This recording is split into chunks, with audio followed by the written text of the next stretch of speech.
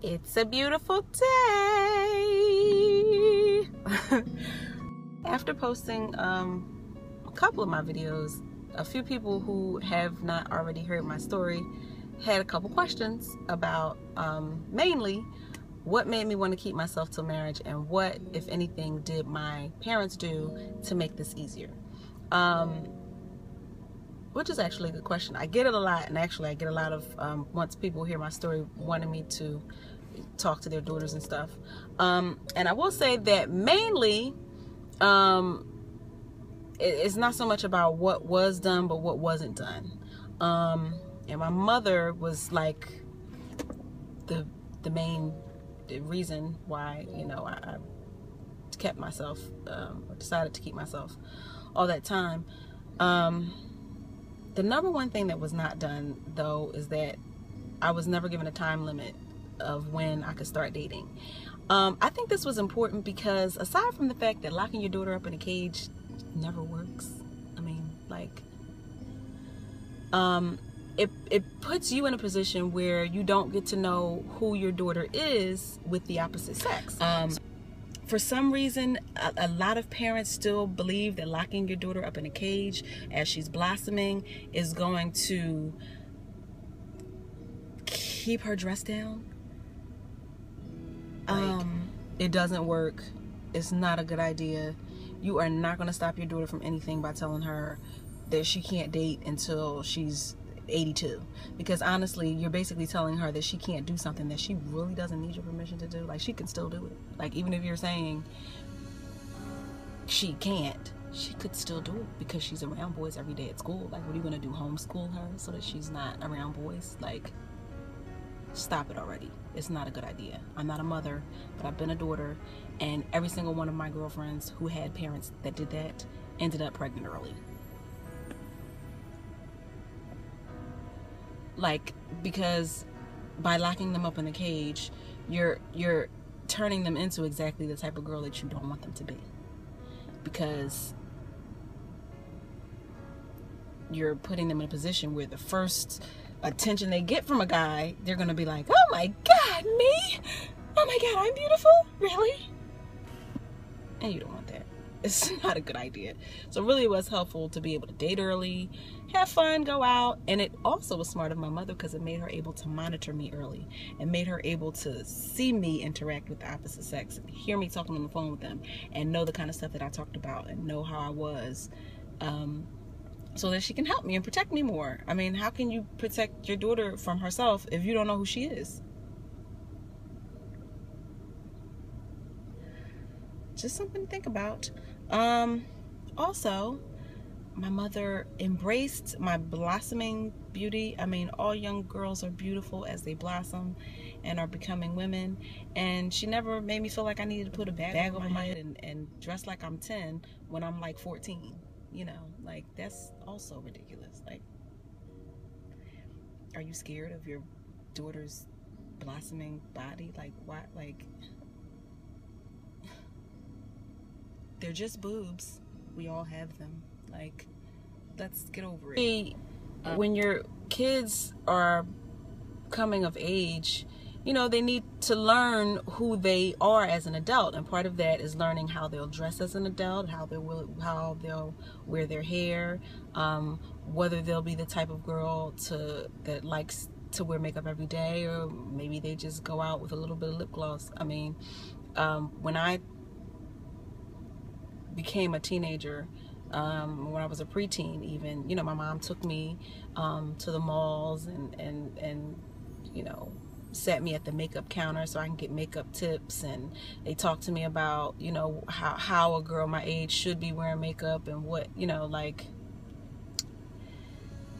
and it was helpful because, I mean, you do need to know how to beautify yourself as a woman, and also that helps because it helps your self-esteem for yourself, so that when you look in the mirror, you view yourself in a certain way, so that if some idiot boy goes on and on about how beautiful you are, in your head you're like, I know, and not, oh my god, really, me?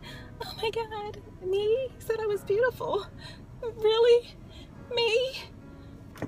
if that's your daughter's response, you really need to fix that, because that's gonna end up in a lot of trouble for you.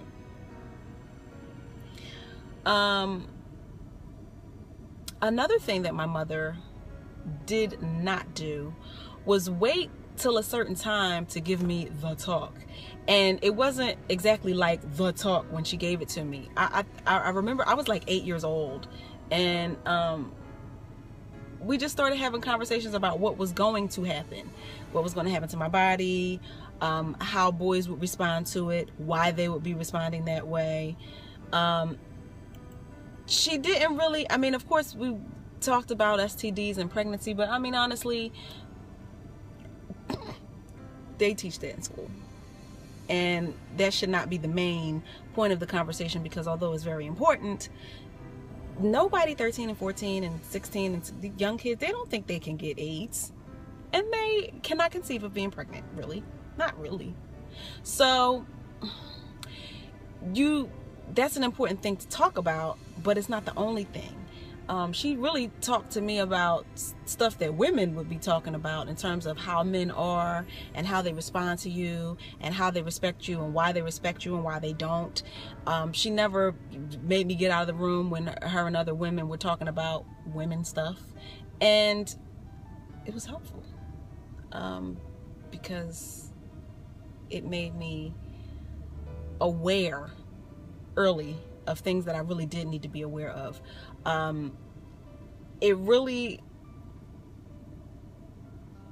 I feel really funny when I'm around parents that say, oh, I don't want to talk about that around my daughter because she's just 8, or she's just 10, or she's just 12. And I'm looking like, have you been watching TV lately? Okay, do you know what's going on out here? Obviously not, because if you did, you would want to be talking to her now, because what they're talking about in school and on TV is way beyond what you and your friends were talking about. I thank my mom for that too, because it means that she was really aware of what was going on in the time period that I was growing up, and not, having a bag over her head like, oh, my baby is just a baby and she doesn't need to know anything. She can just be an idiot. And then I'll send her off to college and I'll be shocked when she comes home pregnant, because after all, I never taught her anything about the opposite sex. I never told her she could date, and I never let her look beautiful to herself. So when the first guy that came along told her she just slept with him. All those things were important. So I didn't have a time limit on dating, which really made me not date as much, or not want to, because I knew I was allowed to. And that's a little reverse psychology. Smart mom. Being able to wear makeup and beautify myself occupied my time, because it kept me in the house a lot, practicing how to do my eyeshadow and stuff, instead of trying to sneak out going to do something I had a system with. And being able to talk to other women and listen to what they were saying about the real deal helped me to count up the cost a lot better and not make stupid decisions. Because kids are really not stupid, but when you hide things from them, it makes them feel like you're trying to keep them from something wonderful. So, don't be in denial. Your daughter is coming of age. It's time to, talk to her about women's stuff, and even really before she comes of age, right before it happens, you need to be talking to her about what's going to happen to her body. And then the conversation never ends. It was not like we just sat down one day, me and my mom, and we had the talk, and then that was it. The talk started and it never ended, and it continues on till now, because you always need insight from your mom. So yeah, those are some of the things that were helpful to me. And definitely, if you're having issues with getting your daughter to understand why keeping yourself for as long as you can is important, you can inbox me because I'll definitely know what to tell her.